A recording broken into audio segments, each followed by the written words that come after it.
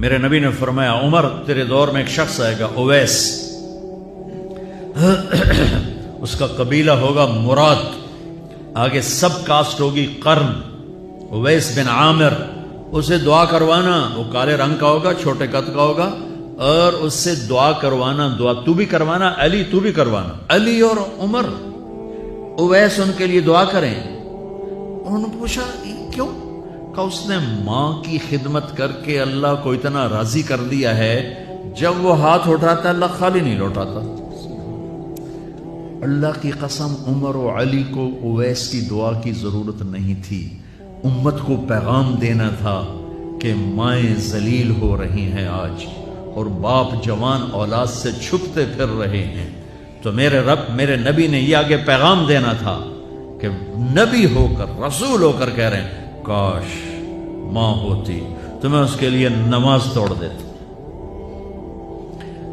آپ کو 8 عورتوں نے دودھ پلایا والدہ سمیت، ان میں ایک ام ایمن بھی ہیں، آپ کے والد کی باندھی،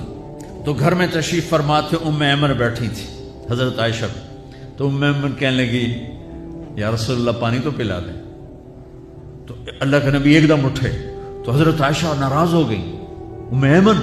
اللہ کا رسول کو کہتی پانی پلا، تو اور کیوں نہ کہوں میرا بیٹا ہے میں نے دودھ پلایا ہے۔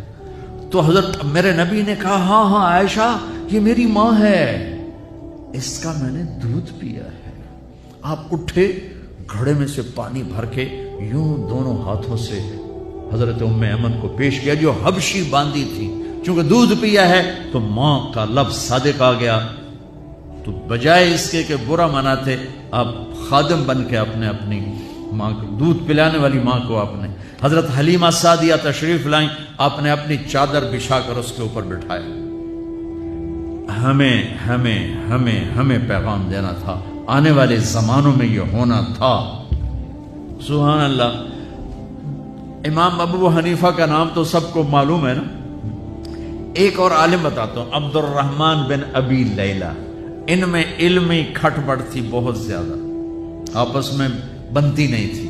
تو ابو حنیفہ جیسی ہستی جن کے کروڑوں فالوور آج ہیں، ان کی ماں کہتی نعمان یہ مسئلہ ہے جا کے عبد الرحمن سے پوچھ کے آ۔